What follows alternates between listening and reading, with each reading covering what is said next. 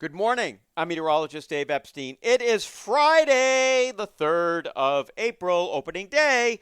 It's also Good Friday. We've got Easter this weekend, so lots going on. Passover continuing this week. So today we've got the cool weather this morning into the 30s. This afternoon we get into the 60s. I do think there'll be at least some sunshine breaking through. If there is a shower where you are this morning, that is out of here. Winds flip around to get a little bit gusty out of the south-southwest. Now, as we head for the overnight hours, we're going to stay near 50, fairly mild, partly cloudy skies, a little patchy fog late at night.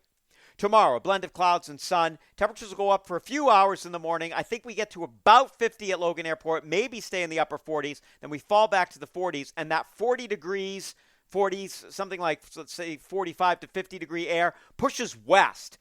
First to the 128 belt, then eventually to 495. So you folks who live in those zones, Metro West, Central Massachusetts, temperatures are actually going to go down in the afternoon during the day tomorrow. Sunday, front comes through, pushes the cooler air to the east. So temperatures start near 40 in that marine air, go up into the 60s with the front. Few showers, mostly between noon and 5 p.m., something like that, roughly. Might be 10 or 11 if you're west of Worcester. It might be a little bit later east, but that's roughly the time frame.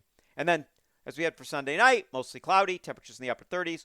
Cool on Monday, low 50s, seasonable, becoming mostly sunny after a morning shower, and then right around or a little under 50 here on Tuesday and Wednesday. Lots of sunshine, good chance to get into the garden, at least start poking around, maybe do a little planting. I think I'm going to put some fava beans in. Have a great weekend, everybody.